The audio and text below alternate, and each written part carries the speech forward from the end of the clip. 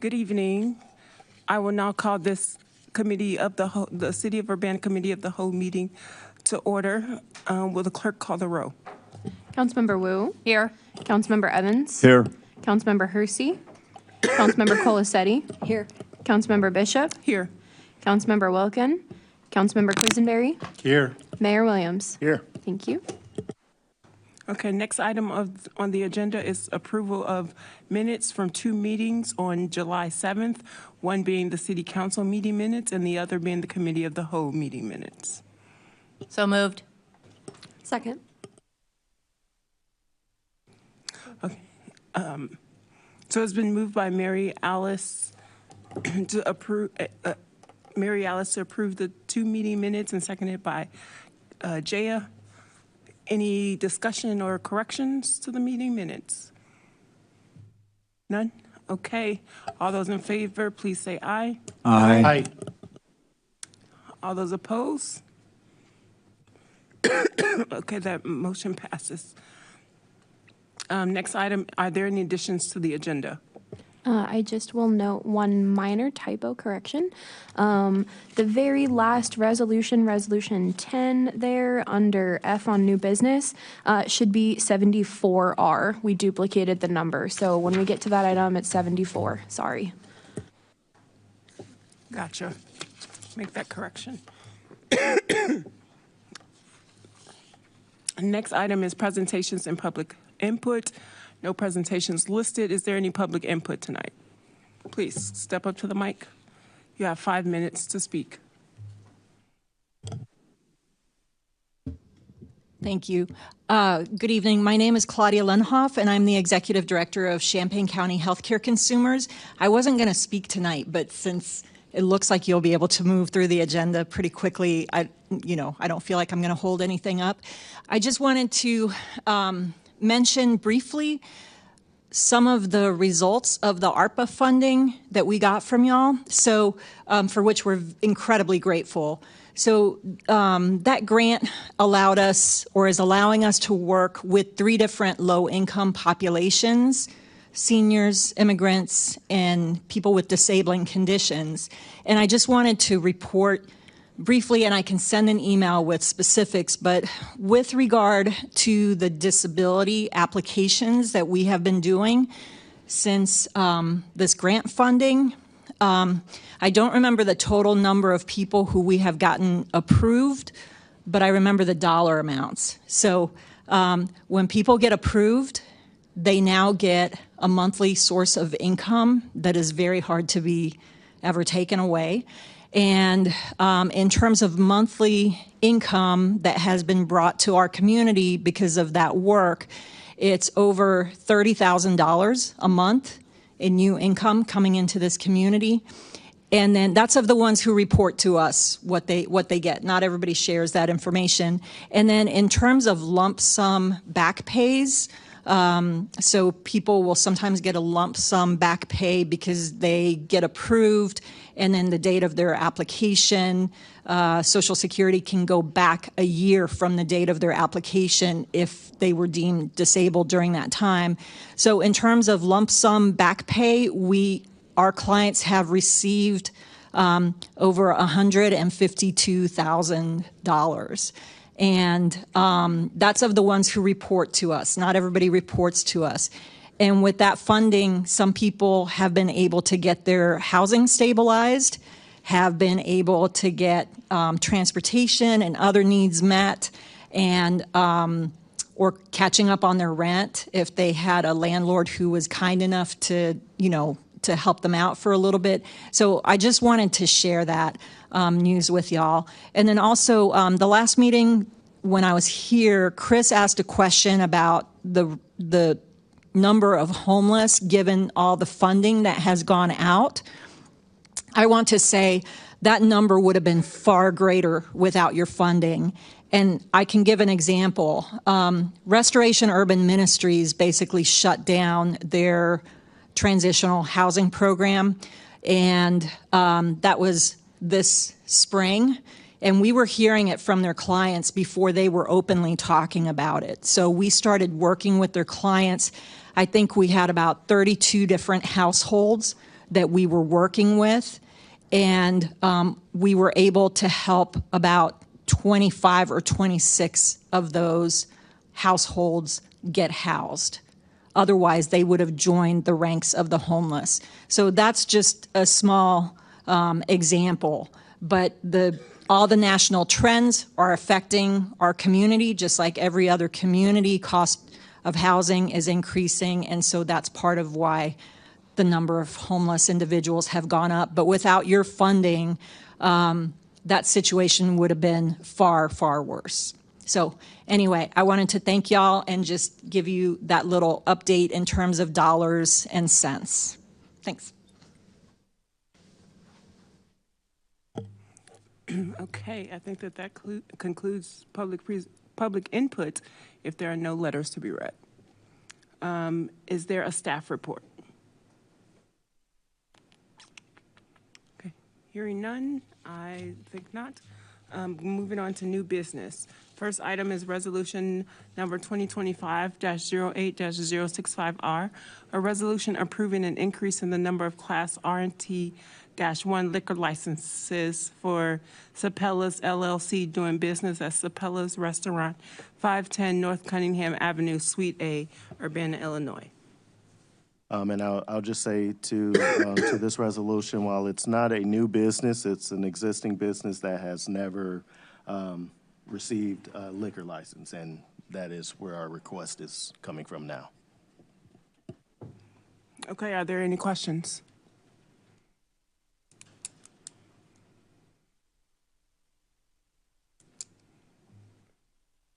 Yes, Mary Alice. I can make a motion if I can get this up here. Please go ahead. I'll move approval to the consent agenda at the next city council meeting, resolution number 2025-08-065R, resolution approving an increase in the number of Class R and T1 liquor licenses for Seplis LLC, doing business as Seplis Restaurant at 510 North Cunningham Avenue, Suite A. I'll second. Okay, it's been moved by Mary Alice and seconded by Jaya that resolution number 2025-08-065R, a resolution approving an increase in the number of Class R and T-1 liquor licenses for Seplis LLC, doing business as Seplis Restaurant at 510 North Cunningham Avenue, Suite A, Urbana, Illinois. Onto the consent agenda for approval. Is there any discussion? Okay, all those in favor, please say aye. Aye. All those opposed? Okay, that motion passes. Next item is, excuse me, resolution number 2025-08-066R, a resolution approving and authorizing a Housing and Homeless Innovation 2 subrecipient agreement between the City of Urbana and the Champaign County Healthcare Consumers for Special Populations Outreach and Enrollment. Good evening, Mayor and Council. As is typically the case, I have several items on the agenda tonight. Items 2 through 9 are all grant agreements through the Housing and Homeless Innovations Grant Program, so I'll discuss them all at once, and then I'll be happy to take any questions about any of the individual items that I discussed tonight. So back on July 7th, I provided a more in-depth presentation on the Housing and Homeless Innovations Grant Program, including its origins in 2022 and the partnership with the City of Champaign that this program has represented. So as I mentioned in that presentation, I am now bringing before you grant agreements for this program. So I'll discuss those in a little bit more detail, and then, like I said, I'll be happy to answer any questions that you have.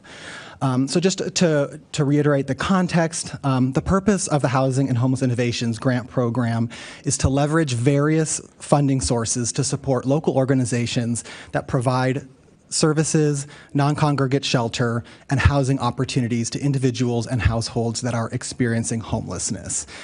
This is a unique program that we first provided back in 2022, and we're very excited to have been able to open up a second round of funding through this grant opportunity. So building off the success of that first round of funding, staff issued a second round of HHI funding on January 6th, 2025, and applications closed on February 5th, 2025. This was a very collaborative effort. The Ranking and Review Committee consisted of staff from both the cities of Urbana and City of Champaign, as well as representatives from United Way of Champaign County and the Champaign County Continuum of Service Providers to the Homeless. So we're very grateful for their participation and their insight in ranking and reviewing and scoring these applications, and also coming up with the funding recommendations that are before you tonight. So in HHI Round 2, a total of $2.25 million was made available. And tonight, we are proposing to award just over $2.1 million to local agencies that are providing shelter, housing, and services to the local homeless population. Those organizations, just in brief, are See You at Home, Champaign County Regional Planning Commission, Champaign County Healthcare Consumers, Strides Shelter, Cunningham Township Supervisor's Office, First Followers, and Hope Village. These programs represent really the full continuum of housing and services for individuals experiencing homelessness. The programs will provide non-congregate shelter space for individuals to live and to work on gaining stability in their life. These programs will also provide supportive services, including housing, navigation, and case management. But these programs will also be providing street outreach, which is critically important during this time, to go out on the street and meet people where they're at and connect them with services, as well as the actual development of affordable rental housing, which we know is critically important to ensure that people can live independently, as well as safely, and move on again to that next stage of their life. So the impact of the proposed resolutions will be significant, especially during this time of uncertain funding sources, both federally and at the state level. This represents a very significant commitment of funds to much needed services in our community. An estimated 500 individuals experiencing homelessness will receive improved access to public benefits and resources. 200 individuals will be served through expanded street outreach. 600 will be served through case management and housing navigation services, and additionally 35 affordable rental units will be created and 32 new shelter beds will be created. The funding that supports this grant program was brought together from various different funding sources, including $1.5 million through our federal home ARP grant, $300,000 from the City of Urbana's ARPA allocation, $200,000 from the city's general fund, and then $250,000 from an Illinois Department of Commerce and Economic Opportunity grant. So with that, I'll turn it over for any questions, and I'm happy to provide any more information that you would request. Okay. Yes, Mary Alice. So seeing as we have Claudia here, I know that in the first round that the Hope Village wasn't at a point in which it was included in those ones that we approved, right? And so this one says that we're going to build 30 of the tiny houses. Does the full funding cover all 30, or is this just partial? This is filling a funding gap that the project has. So under the program descriptions in the attachment A, I've outlined the funding sources. So this is one of many funding sources that are supporting this project. $1.2 million. The memo says $1.4 million from a DCEO grant. That was my typo. It's $1.2 million from a DCEO grant, $7 million from the Illinois Housing Development Authority, $1.8 million from Carl, $1 million from the University of Illinois, and then $24,000 from the Housing Authority, which represents the vouchers that are being committed to the project. So this will be filling a gap in funding for the project. Okay, but it's directly targeted to the construction of the tiny homes. That's correct. This time. Yes. But it's just not covering all 30. That's what I was trying to, because I saw the funding sources and I just didn't know where this was slotting in. This is just a gap to build the 30. Correct. Okay, thank you.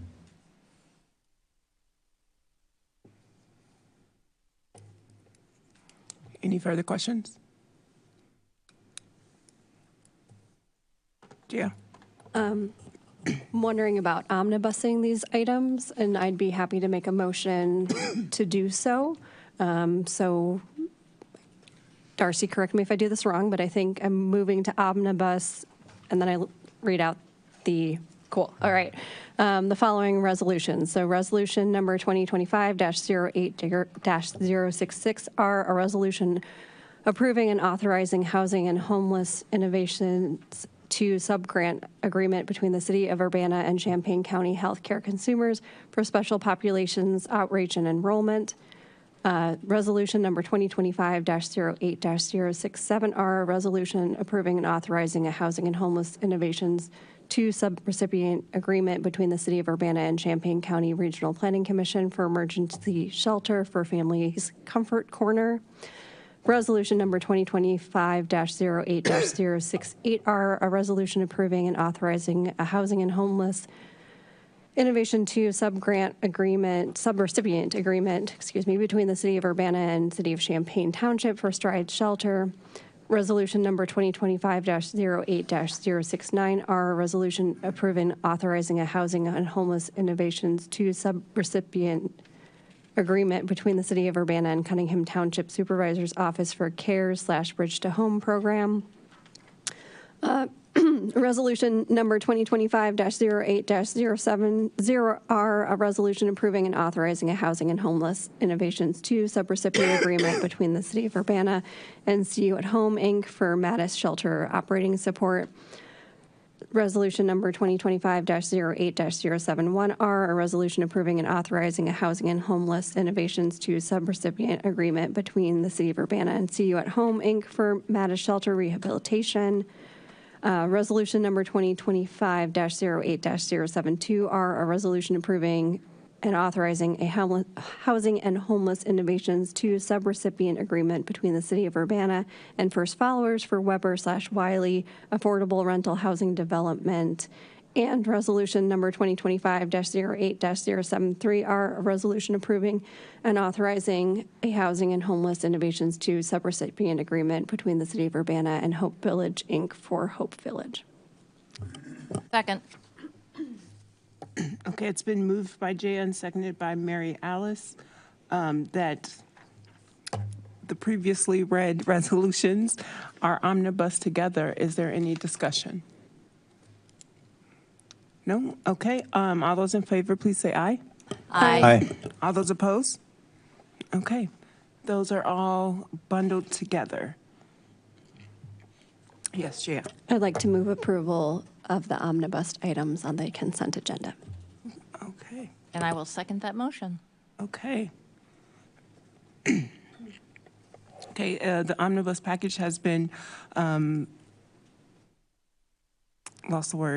moved for approval by Jaya and seconded by Mary Alice to be approved on the consent agenda. Is there any discussion? No? All those in favor? Aye. Aye. All those opposed? Okay, that motion passes. Thank you so much, Braden. Appreciate all the hard work. Okay, and look at that. Fast forward to the last one. Resolution number 2025-08-074, a resolution authorizing expenditure of Alternative Response Task Force funds.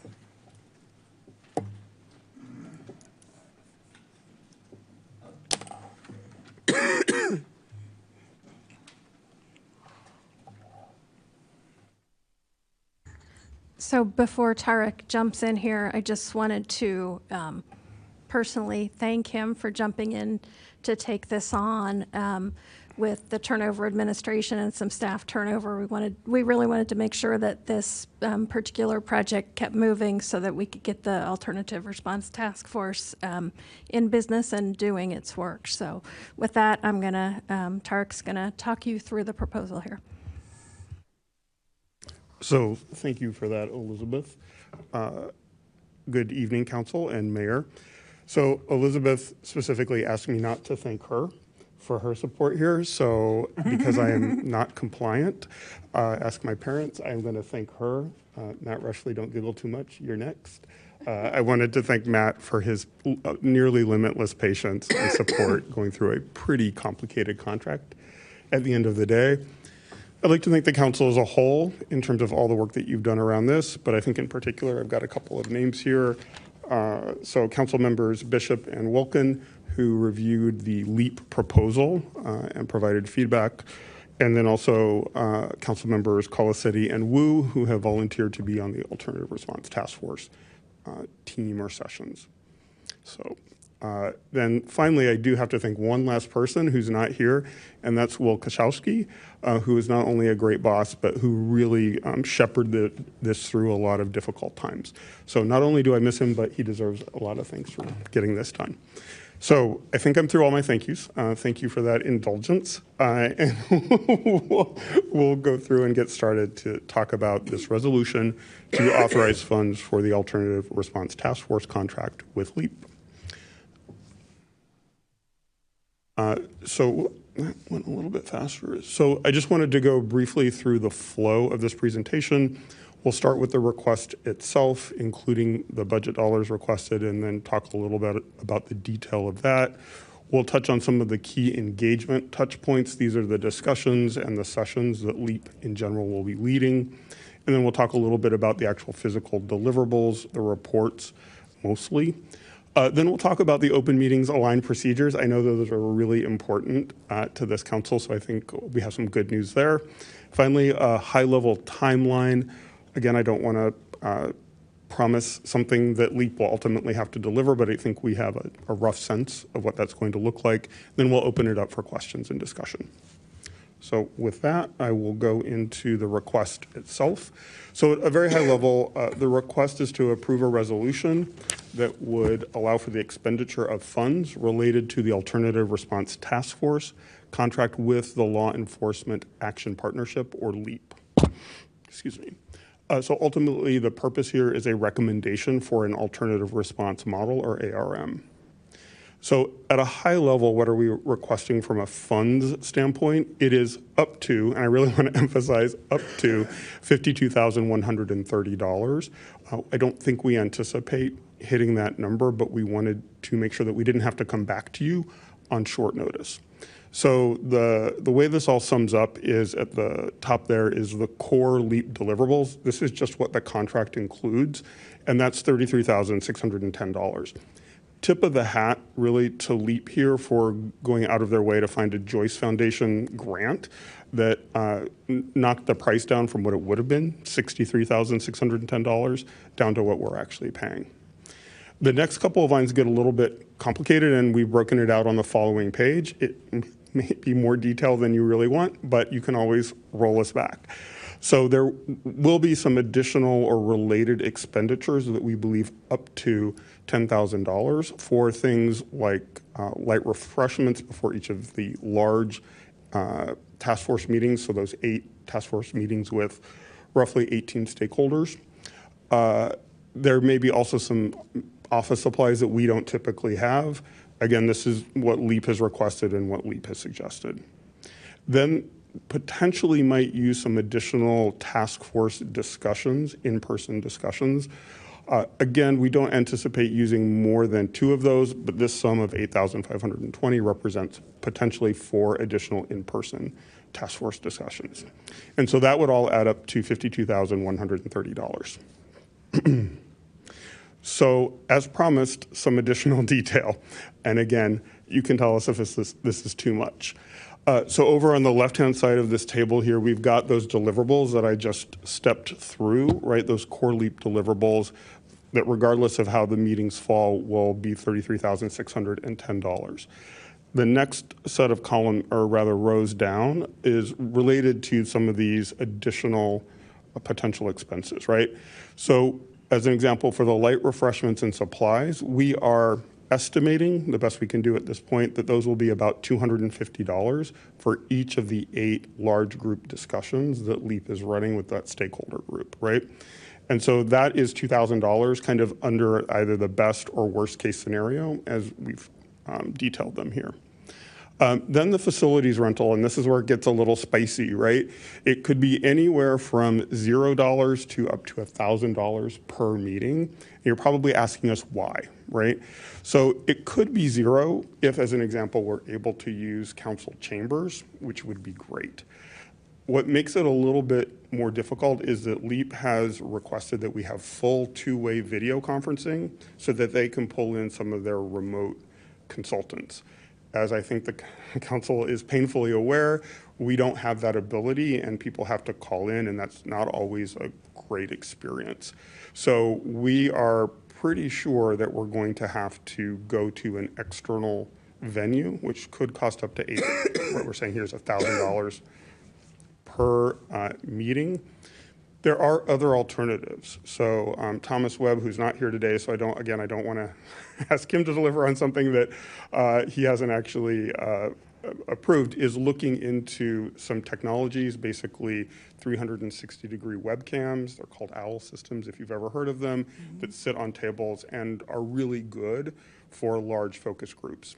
Again, I suppose if you can imagine tables here in the middle, we pull the gray tables in here in the middle, we put some charts around or put some chairs around them, and we have the poor LEAP consultant on this tiny little screen here or there trying to see down this table. So probably not going to be a great experience either for the stakeholders or for the LEAP consultants. So more to come there, but again, I think between the light refreshments and the facility rentals, at most, that's going to be $10,000. The next line down, again, are these alternative response discussions or additional in-person task force discussions. Again, best case is we don't need them, right? That LEAP is able to get everything that they can out of the 8 that are in the contract now. But they have given us the option of having additional discussions, in-person discussions, for $2,130 each. And if we use all 4 of those, that would be $8,520.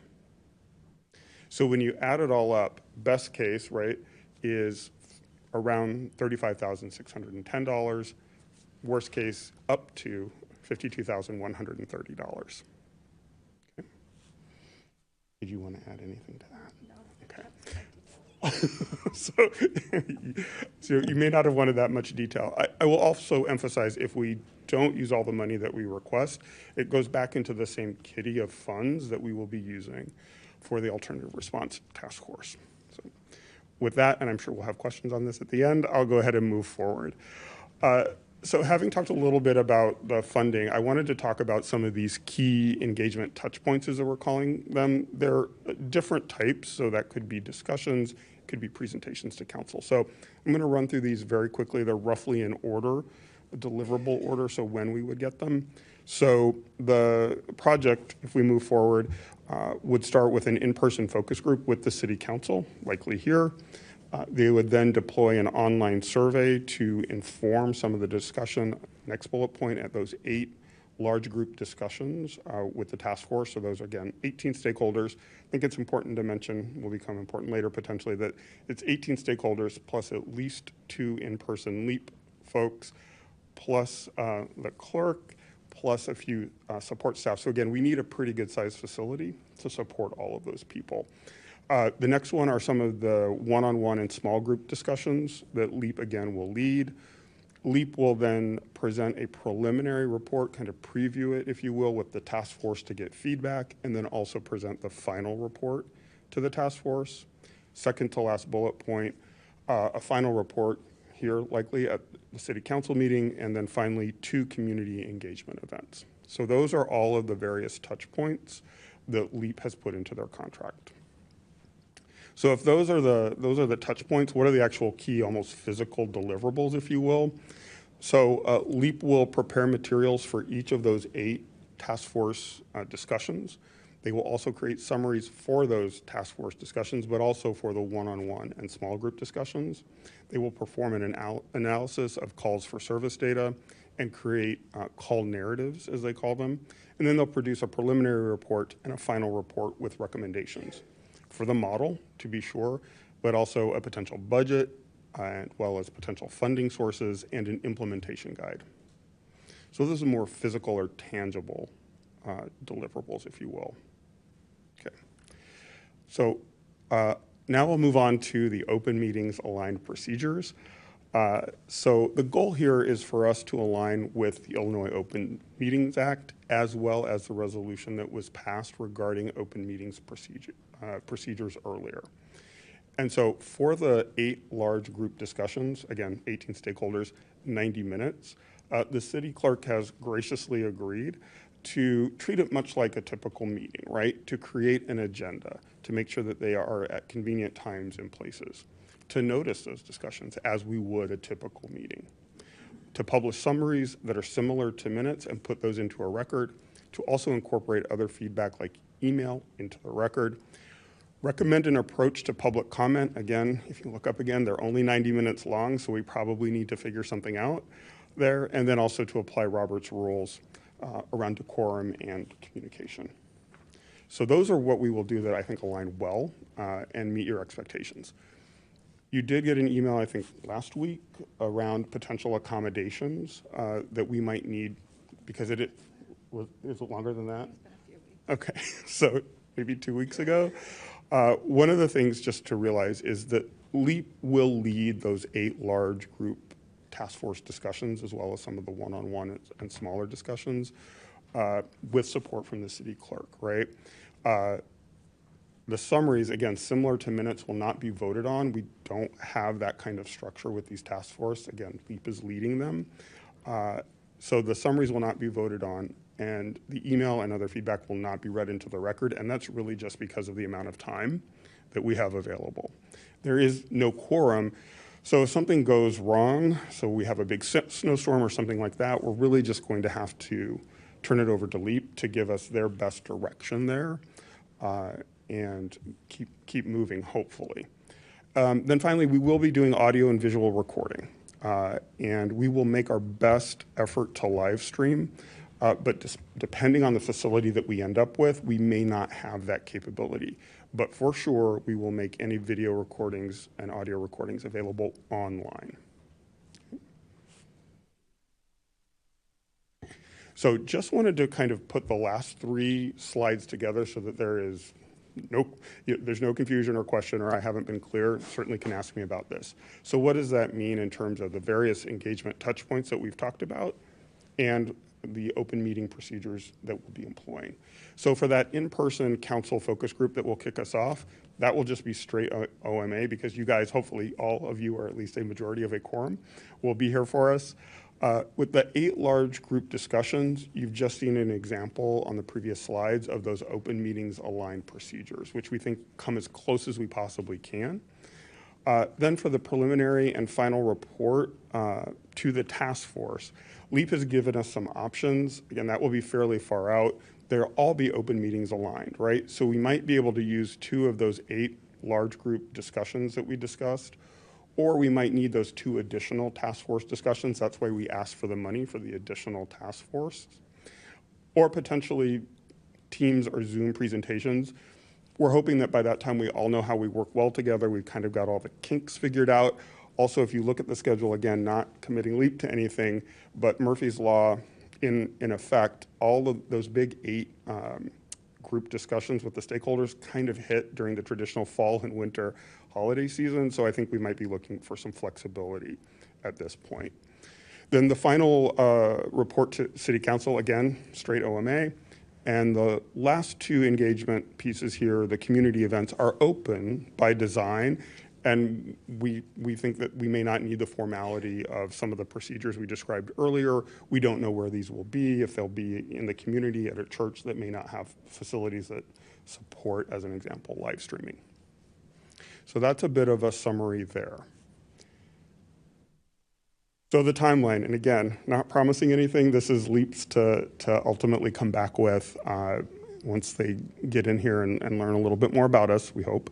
But I'll run through this very quickly. So within 2 months of the contract execution, LEAP will review the existing data and reports that we already have.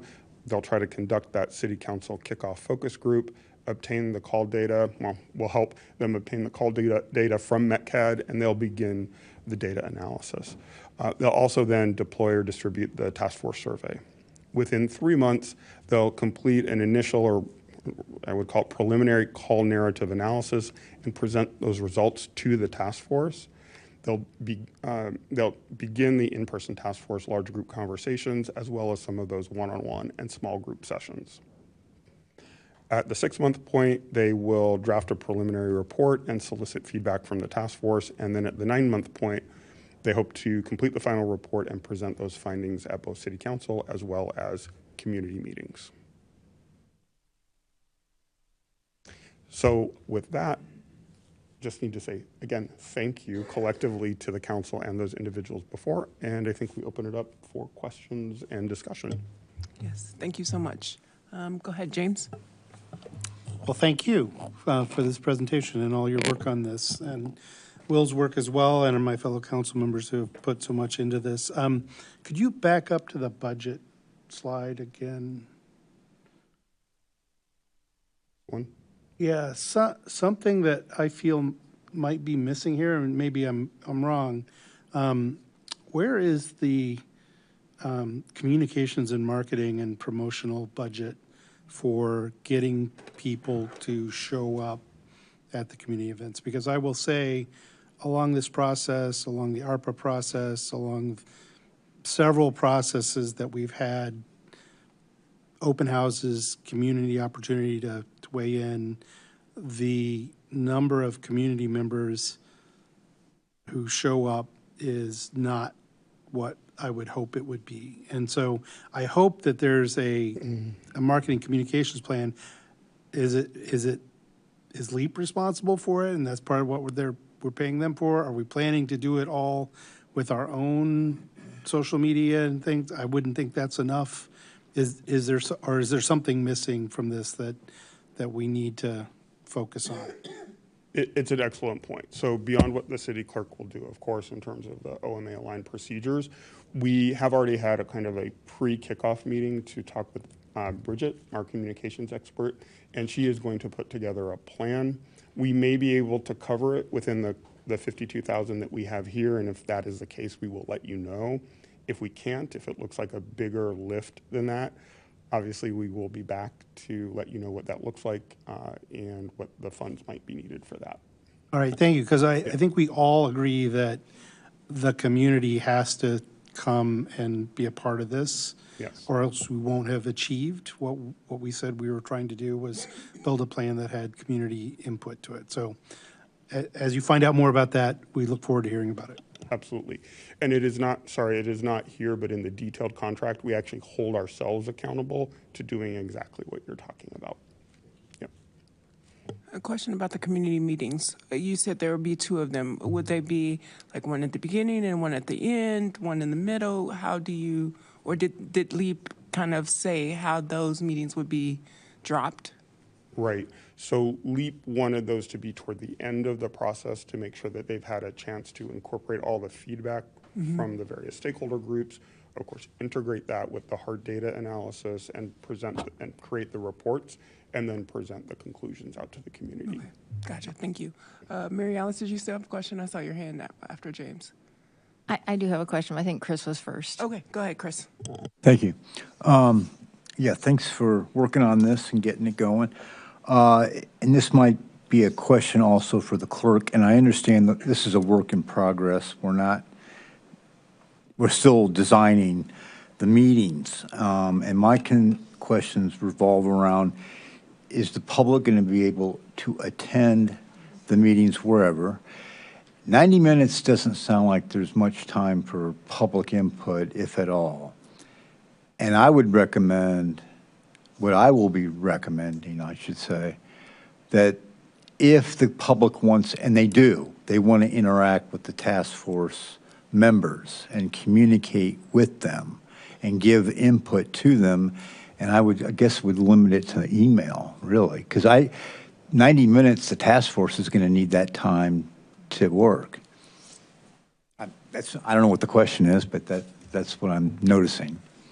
It's absolutely something that we've been juggling and thinking about, right? Because obviously with a 90-minute session that is comprised of volunteers, right, who are going to be asked to give up their family time on probably a Wednesday night, something like that. I think we have to think carefully about how much time they invest and what we expose them to as well. So I think that's a great question. I don't know that we have the answer for that yet. The other thing is not only can they send emails in, but they can still come to Monday night council meetings, right, and provide feedback, right? And then we can, I don't know that LEAP necessarily had thought about this, but they or we can provide maybe transcripts of what the public has said, something to make sure that the task force does get a full feel for how the public is feeling about this. So a great comment. Thank you. If I may briefly, I was just going to add that we will have some sort of public input guidelines that are going to incentivize and encourage folks to submit written input. The meeting summaries that the clerk's office is going to prepare is going to include all of the written feedback that we receive via email, and those will be published in their entirety attached to those summaries and will be published on the website just like regular meeting minutes. I also intend to include them in the packets so that the members of the task force also are able to review them as part of the packets, just like you guys are able to review the minutes as part of your packets too. So they will be published online. They will be received. We were very hesitant and resistant to not have in-person public input just because that is so different than all that we've done. But absolutely, it is a hard balance to honor that short time frame and the volunteers' time. So. Mary Alice. Yeah, I'd just like to concur with Chris and with the city clerk. I think having written input, I think would probably facilitate the ability to move this along, and also give the public an opportunity to kind of weigh in on what some of their thoughts are. So I noticed that you said something about quorum real quickly, and I thought that I had read that we don't need quorum because this is not an official acting body making decisions, or is that correct? That's absolutely correct. Okay. We don't need an official quorum. So we don't need an official quorum. Right. And I guess my only other question was there's some information about small groups. I was wondering if you could expand on what that meant. Yep, absolutely. So the small group sessions are actually the primary way that LEAP performed Evanston's study as an example. So they didn't have as many large group sessions in the way that we are, right? So I think they had two kind of more or less one-way transmittal of information to a larger body of stakeholders. Our approach is pretty different, right? We are using those large group focus groups, if you will, to gain information, provide feedback to the consultant, and also for them to gain context, right? The small group or one-on-one sessions are, for lack of a better term, where we expect people to tell us what they really think. So I think it is important for people to have the opportunity, in the absence of perhaps whatever it may be, personal, professional, or social pressure, to share what might be truly diverse or minority opinions that may not even be particularly popular. Did that answer your question? Yes. Okay. Thank you. You're welcome. Chris, go ahead. Yeah, thank you. Just one quick last question. Can we get this PowerPoint sent to us? I don't see why not. Yeah. Okay, thank you. Mayor. I just wanted to say thank you for the work put in, both to folks who are currently here and Tarek specifically, as well as individuals that took part in this prior to my tenure in office. But I just want to just give a hats off to the current team that's in place, because I know that it was extremely difficult with transition and things of that nature, and I know that it was clear of my desire to see things continue to move on, and maybe sometimes I could be a little extra in my thought process. So, why y'all laughing? But I just want to say I truly appreciate the effort that's been put into this to see this thing, finally get kicked off, because I know that it is very important to not only the community but the council, members up here. And I thank each and every one of you for the work that you all have done and the collaboration that we've seen. It's been something special. So thank you all.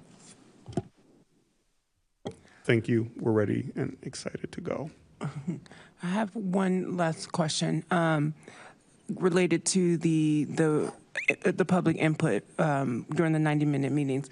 Is it possible that we could ask the public to come 30 minutes before said meeting, have that as public input time where it's not eating into the 90 minutes?